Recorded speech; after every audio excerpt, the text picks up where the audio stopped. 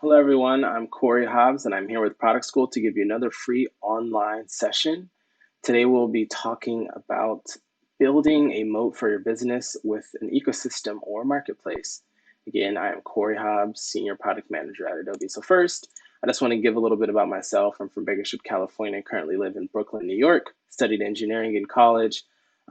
Currently, I'm a Senior Product Manager at Adobe, focused on all things plugin distribution and extensibility, and I'm focused on building our plugin marketplace and add-on store from the ground up, or rebuilding it.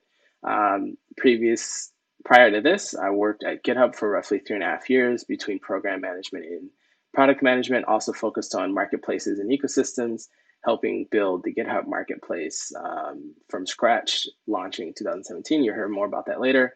And the last thing I'll mention is I also worked at Particle.io as a solutions engineer, an IoT platform focused on the IoT ecosystem. So the bulk of my career has been focused on platforms and ecosystem and how we can help developers scale on top of those. So first, I just want to give an executive summary of what you'll be learning today, and I'll also be selectively fading away from the presentation. But the key points for today's presentation is: one, understanding your product's potential to become a platform; two, growing your ecosystem from the inside out. I'll get a little bit, I think that's kind of one of my favorite parts of the presentation. And then last but not least, understanding your enterprise customers' needs for a marketplace.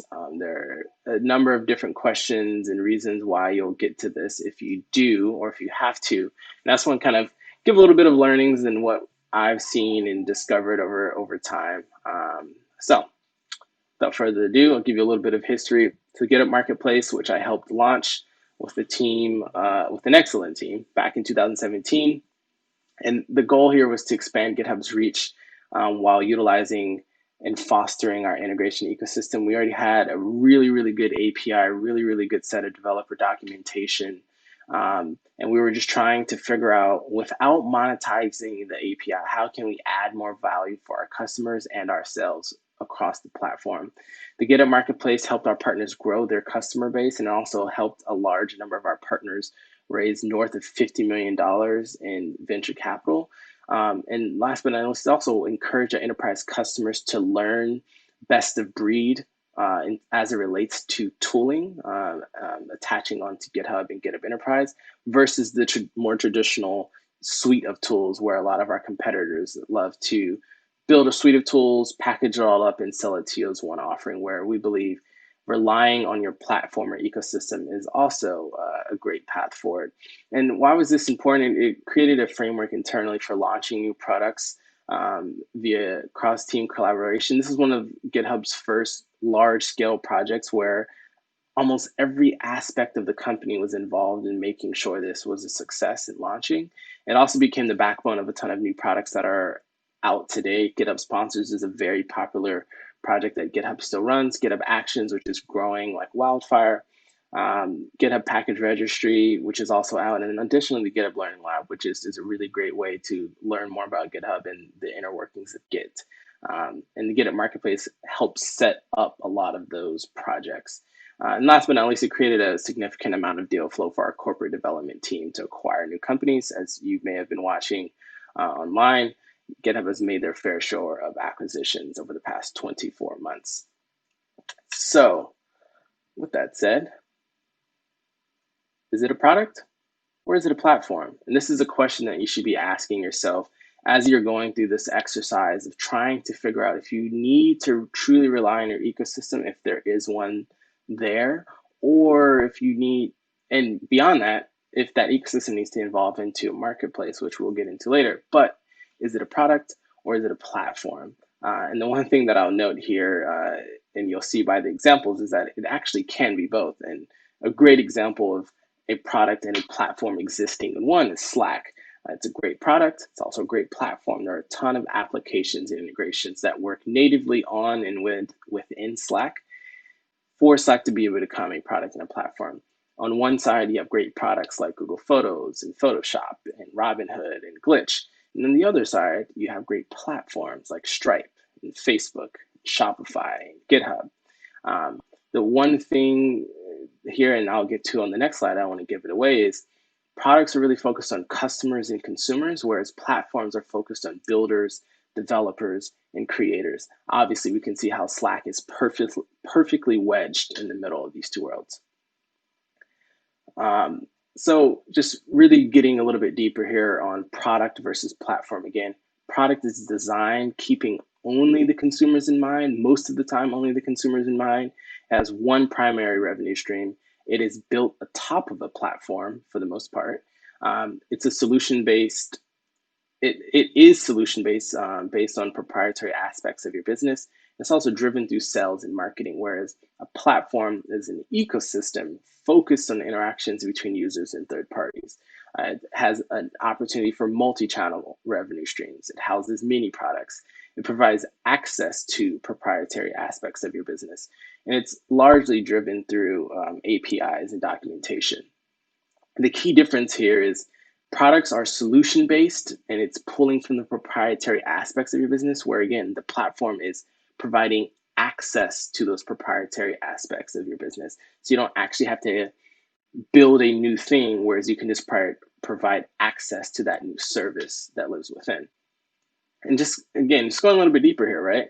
Who works on which part? If you're looking at the makeup of your company, who's working on the product and who's working on the platform? It's your sales teams, your solutions engineers, your software engineers, your product marketing team. And again, product is really focused on revenue. How can we drive revenue for the customer? And the four components in those four teams are really focused on what can we do to move revenue. On the other side, a platform, again, is focused on users and third parties. Is instead of a sales team, you may have developer advocacy or developer evangelist. Instead of solutions engineers, you most likely will have partner engineers who are working very closely with your partners and your customers to ensure that they can successfully build on top of your platform. Instead of software engineers, I mean, they're still software engineers, but they'll focus on a different part of your engineering architecture, more specifically, infrastructure engineers. Instead of product marketing, you may have ecosystem partners that are writing blogs and doing workshops and co-writing marketing material with you for your customers in one-pagers, instead of the traditional product marketing that's driven by performance marketing and paid marketing, things of that sort. For a platform, it's not exactly the same type of marketing, at least in my experience. And again, product is focused on revenue, whereas in this case, platforms and ecosystems, they're generally focused on retention. Once you have a customer using your product and you expand your platform to allow more things to happen, it generally trends in the direction of you can retain that customer a lot easier if they're using aspects of your platform alongside your product. The next thing here is when is the right time to evolve your product into a platform? Just taking a step back here, you just have to start to aggregate the themes of your customer pain points. Then you can decide what you should build versus what should be built by your customer or your partner. And often, or at least in my experience, we really tried to find what we call customer champions, where we felt like we had a perfect relationship with a customer. And we had a couple champions inside of that organization that were over eager to build on top of this platform that we're trying to version from thin air, really. The next part of it is, as you begin to aggregate the themes and what folks are asking for around the pain points of your product, that may give you a little bit more insight into which parts of your API to expose externally. My hope and assumption is that you're using APIs to power most parts of your product, and those same APIs can be serviced through various methods to be exposed externally. And then obviously you'd have to write documentation for folks to consume these things and make sure security is there and authentication and tokens. But on a basic level, figuring out those themes, which may drive the parts of the API you expose externally. And then also just, again, on the macro, understanding the investment and the risks of evolving your product into a platform. It's no small measure, where one, managing a public API is often more complex than managing a public product or a product that's just out and available. Two, good documentation It wins contracts and keeps customers, whereas bad documentation, it literally ruins companies. Your technical support and your support teams, customer success teams, they will begin to complain as customers begin to flood their inboxes, complaining about the documentation and complaining, saying they don't understand how to actually use this API and the documentation is unclear. And now they want to set up lunch and learns and they want to set up calls so you can walk them through the process. Good documentation is key here. And I will go a little bit deeper on that later in the presentation. And last but not least here, ensuring your infrastructure is actually prepared for the increased traffic. So again, changing your product into a platform, again, it's no small measure, but you have to be prepared from an infrastructure standpoint. When you begin to open up the endpoints of your API for other folks to extend your product, it's a different beast. And it's a perfect transition into my next slide, which is around growing the ecosystem from the inside out. We'll come back to the parts of the infrastructure, but just at a very, very high level, when we're thinking about a company like GitHub, and my experience there is it was a world-class organization when you begin to talk about uptime, APIs, extensibility, ecosystem, plugins, add-ons, integrations. They had the full thing covered. And again, a lot of this started from the inside out, inside the company, of getting people excited about what they're going to build and excited about the platform, as well as focusing on inside of their customers that were already paying them money for GitHub Enterprise. They found those champions and they grew the ecosystem from the inside out. I'm going to give you 3 keys to a stable ecosystem. The first being reliability. You need to figure out how can you get to 99.999. 4 nines is the gold standard, but to be honest here, 99% service uptime if you're going to transition your product into a platform and you have a platform that's extensible and there is an API, you need to ensure your customers and your partners, because their businesses are now relying on the service being available 99% of the time. 2, updated documentation. The worst thing you can do is create an amazing platform, beautiful API, everything scales, your infrastructure is there, but your documentation actually doesn't match what's happening behind the scenes. So ensuring that you're hiring the right technical writers and folks that can make sure the documentation is up to par with where your system is currently at. Last but not least, it's going to happen, if not already, a technical support team that's specifically focused on the ecosystem.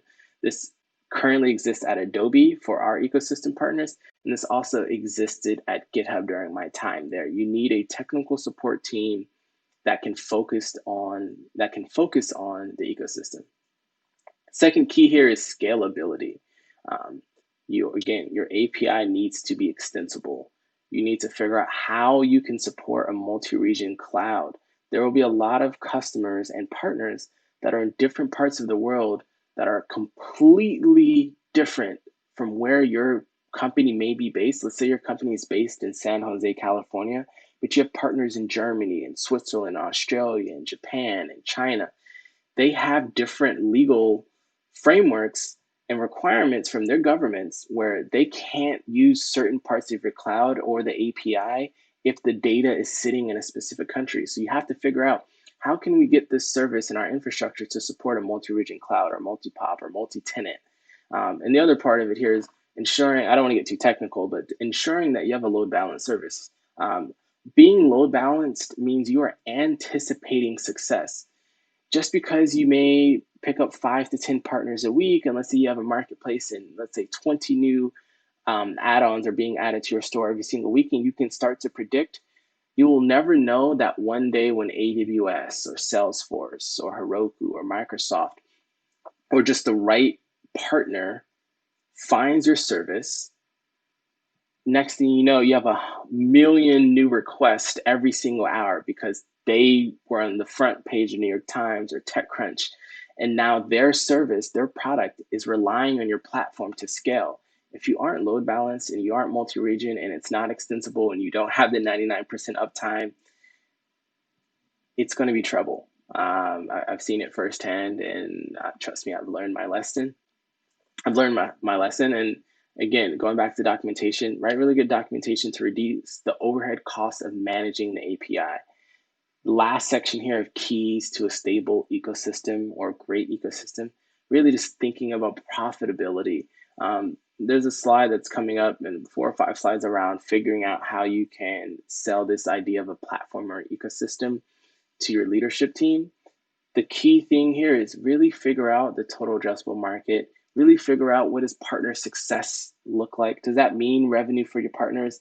Does that mean customer retention for your business? Again, if your customers are already using your product and they're using partner tools from your ecosystem, retention is going to improve. I can almost guarantee it. I've seen it everywhere, every company that I've been, every partner that I've spoken to.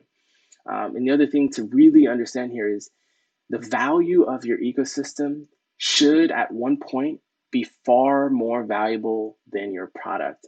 Stuart Butterfield was quoted and he said, the value of our overall ecosystem should be more valuable than Slack itself. The sum of all things created on our platform should be larger than the product that it's attached to. And once you start to understand that concept, it'll be a lot easier as you start to build out your ecosystem and think about the long game. But kind of coattailing off of that, two key questions to answer when you're thinking about the ecosystem and building it out into a platform. And then if that platform can evolve into a marketplace. But the two things that we had to answer at GitHub and that we're answering currently right now at Adobe is, do I have internal buy-in from leadership and our engineers? This is the inside out framework. The second part here is, can I get key partners to sign on to the platform? This is the out. So inside, internal buy-in, outside, key partners. I'm going to break this down into sections. So obviously the first one being, do I have internal buy-in?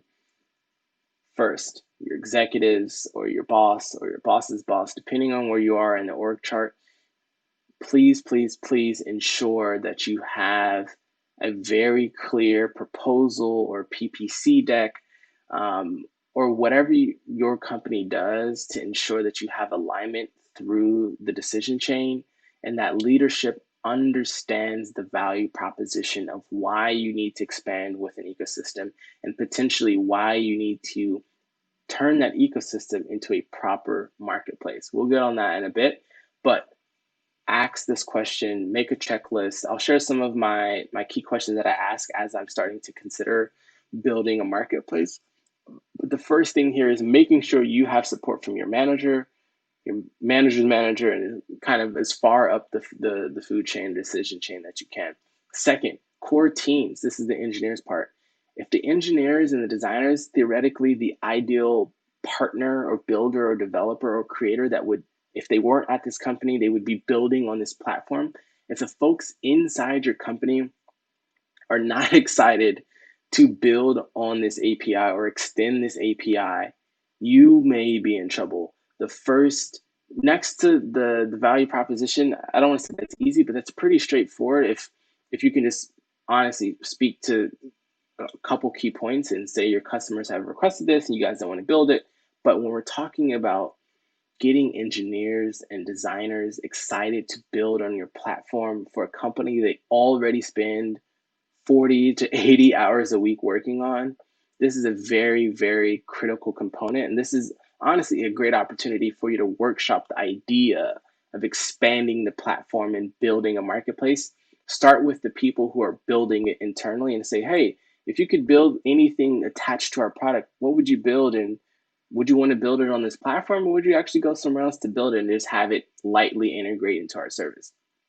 And then last but not least here on the internal buy-in state of mind is, have I thought about the market size? Is the opportunity obvious? And again, a lot of these things will kind of tie is when you're talking to leadership and trying to get them to understand the value proposition, you should already have an idea that your engineers and designers are excited to build on this platform. And also you should have an idea of the market size, the total addressable market, as some product folks say. This should be obvious. If it's very hard to find, it's going to be even harder for your customers to buy in to this marketplace, and even harder for your partners to join on. And as we're talking about partners, the next slide, can I get key partners to sign onto the platform? And honestly, this is, this is the bread and butter. This is the make it or break it. If you can, you probably be able to get leadership to buy in. You'll probably be able to get engineers and designers to get excited about the platform. You can figure out the total addressable market and is it obvious. But if you can't get anyone to actually sign up and commit to a contract, payment structure and fees, the whole legal framework, all of that, it's a moot point. So again, can you get key partners to sign into the platform? The first section, obviously, partners. Your customers or partners, when you float this idea, say, hey, we're thinking about expanding our platform and creating a marketplace or an offering or services store or something of that sort, they should be almost begging you to join the program. If they are not infatuated with the idea or more than excited, maybe they will be excited one day in the future when they see success from other partners, and they may not have the resources, may not have the interest at the beginning to put time towards this, but they should be almost forcing you to put them into the program. This can be a pre-release program, a beta program, an alpha release, but they should be asking you, how can we get into this and how can we build with you? If that's not happening, that is your first red flag.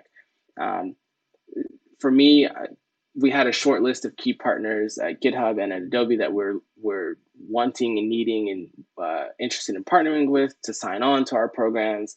We asked for meetings and introduced them to some of the upcoming changes, improvements. We walked them through a demo, introduced them to our design team and our partner engineers.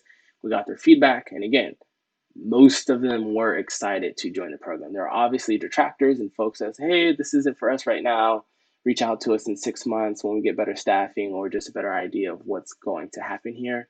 But again, getting your partners consensus and getting them excited is the first part. Second is consensus.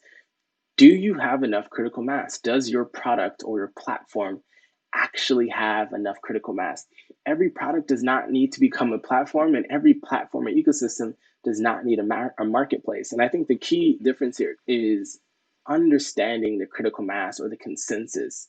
You don't need to chase this metric. Critical mass is very, very hard, even for GitHub being the world leading developer platform or Adobe being the world leading creative platform. You really have to understand and answer that question. Do I have enough critical mass to get this off the ground? Again, you need to have fans of your product and folks complaining about the platform not being extensible enough. And that's when you can start to see some of the trends like, okay, I do have a consensus here. People bought in. I have people who want and they are waiting for updates. And the other thing, kind of a cheat code for something to look out for. We saw it at GitHub, we saw it at Particle, and we're seeing it now at Adobe across various products where certain things aren't extensible.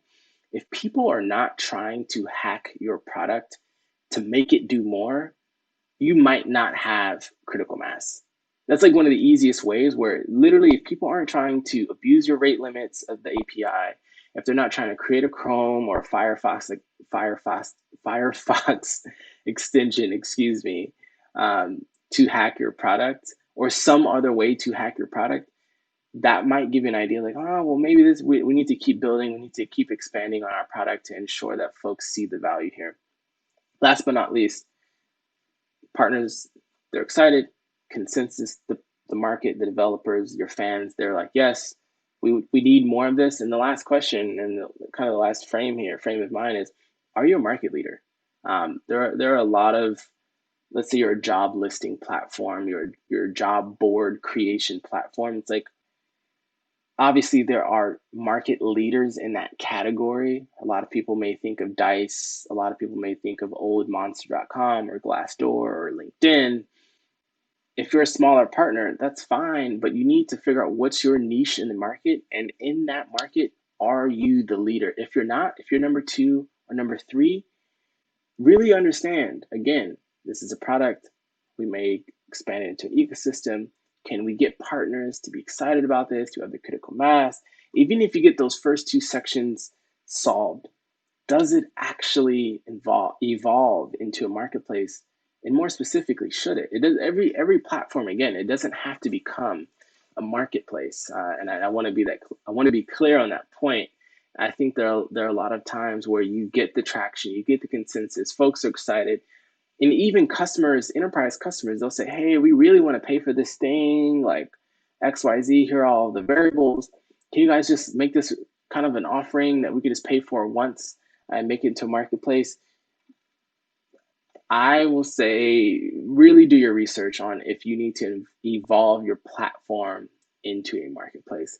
And as I started to talk about enterprise customers and their needs, assuming everything goes well, I just want to kind of flip all of this on its head instead of like, okay, how do you get to the steps where you can start to build the thing? I'm not going to get into the technical details, but I do want to touch on why enterprise customers often ask or need a marketplace every single time. And honestly, there's 100 reasons why, but the three that have stood out to me over the time of my career is, you'll start to hear, if you haven't already, our customers are having a difficult time finding the right tool. This is what sales teams and my solutions engineering team have told to me in the past. Our customers are just literally having a difficult time finding the right tool. They often ask, what's the best project management tool to use with GitHub?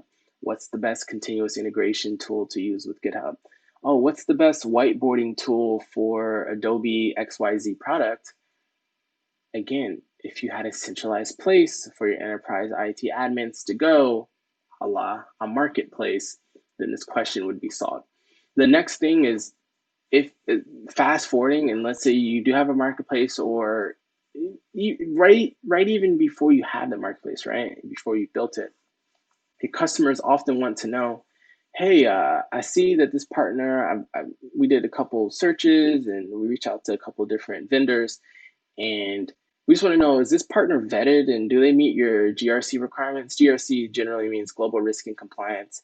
There's a list of things when we're talking about risk and compliance, generally SOC 1 and SOC 2, pen testing, things of that sort. But very often, if you're referencing enterprise customers and they're using a SAML or an SSO or an Okta-like environment where everything's secure and maybe even super secure, let's say it's air gap, they often want to know, hey, these folks are saying it's approved by Adobe or approved by GitHub. Are they actually vetted, and do they meet your enterprise global risk and compliance requirements? And again, this is something that you can solve with a marketplace where everyone that you list on your own service, they can go through this service. We did this at GitHub when we're beginning to do this at Adobe, is we have programs to where you can become a vetted and verified partner on the marketplace.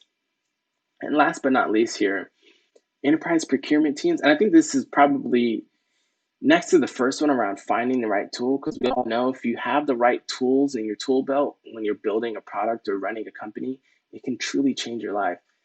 But the thing here that a lot of enterprise customers, in my experience that I've chatted with, it really comes down to their procurement or legal teams.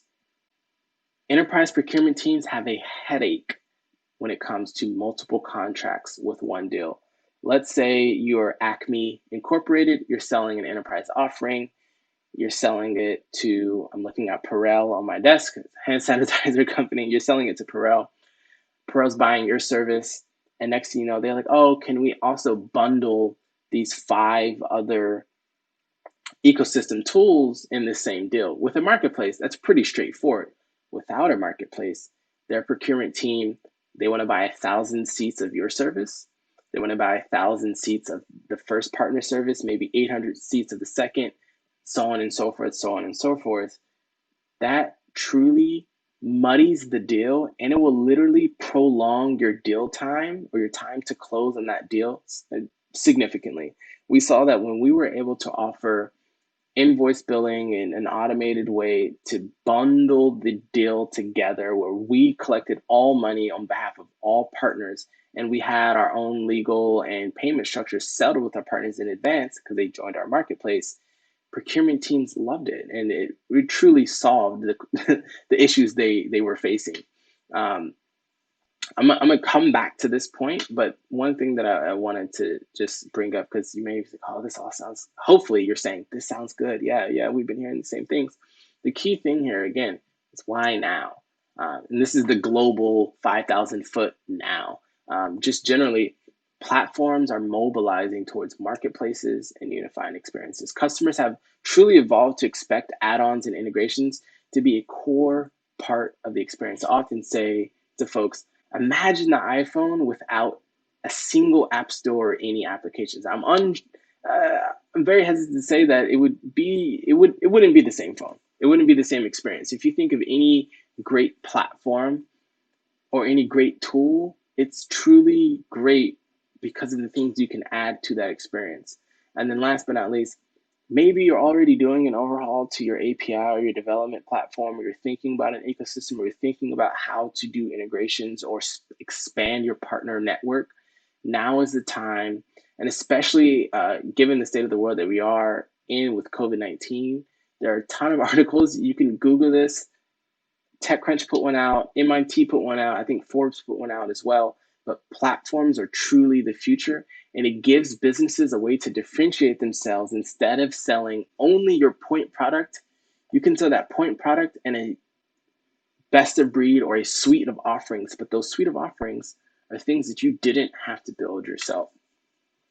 And one thing that I just want to mention here is, if you get to the point where you're building a marketplace, or even when you're thinking about how can I sell the value proposition upstream to the decision makers in my company, some of the ways that I've measured success in the past in various marketplaces that I've worked on, and some of those expected outcomes is: one, we're increasing add-on usage, if that's something you're looking to do.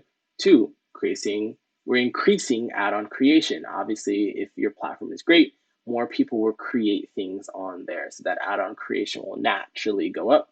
You should see a decrease in your support tickets on how can I find X tool? How can I use X tool? How does this work? Where if your marketplace is there and it's set up and all the portals and the tools and the payment and the documentation is there, it should become nearly seamless. The other thing that I mentioned earlier in the presentation is you'll have better retention of your customers who use add-ons with your product. You'll see improved relationships with your enterprise customers. Often, and I'm sure you've seen this, enterprise customers are very, very unique and needy customers, and they often ask a lot, which is, I mean, it's warranted. They're spending a ton of money and time and resources on your product, and they want more out of it. And sometimes you just don't have the resources to build every single thing that your enterprise customers are looking for. And if you can expand your platform and grow your ecosystem and offer a marketplace so they can bundle all of these things together, focused on your product, you're going to see improved relationships, and they're going to literally thank you for making their lives easier. You're going to get trust from developers. So folks, again, if they have already been complaining and trying to hack your interface or hack your product, but now you create a scalable, profitable, sustainable platform and marketplace, they have no reason to, I mean, they will actually still complain, because I still complain as a developer when I'm building on platforms, but you will gain their goodwill and their trust. And then last but not least, if you structure your marketplace properly, you will see a significant amount of added revenue directly on the accounts you're trying to win, as well as from the marketplace itself. I won't go into take rates and payment structures and things of that sort, because everything is different on every single marketplace. But if you're just thinking about metrics in general, as a side note, it really depends on, I say, our OKRs and KPIs, really on your OKRs and KPIs set from the top. And some things that I generally like to measure is a percent change in usage of the product if they're using an add-on, percent change in creation of new part. Like if let's say you're in Photoshop and we want people to create more artwork, we can measure the change in creation of more art given they're using plugins or add-ons with that. How many net new customers come via strategic partner in the marketplace? Percentage of retention change in your customers who are using add-ons. And then you can also just see like how many days until someone installs a plugin, and what does the retention of their cohort look like. Those are just some general metrics that I like to use as a kind of a baseline to see the health of the ecosystem itself. But again, everyone's different. So that was a lot, but thanks for joining. I just want to give a quick summary. First, just really focus on differentiating the difference between the product and the platform. Second, grow your ecosystem from the inside of your company out to your partner's company or your customer's company, and finding that champion and really harnessing and growing that idea of a platform and potentially even a marketplace with them. And last but not least, leverage and lead your enterprise customers to the marketplace. Take that feedback from them, aggregate the themes, figure out the parts of the API that you want to expose, and then sell it back to the enterprise customers and say, here you go. We took all the feedback that you're asking for. We found strategic partners to build these things. Here's the new offering. I just want to thank everyone for joining us today with Product School, and I'll bring my face back. I'll make it a little bit larger for everyone here. All right, here we go. And again, I'm Corey Hobbs, Senior Product Manager at Adobe, and this is brought to you by Product School. Have a great rest of your week.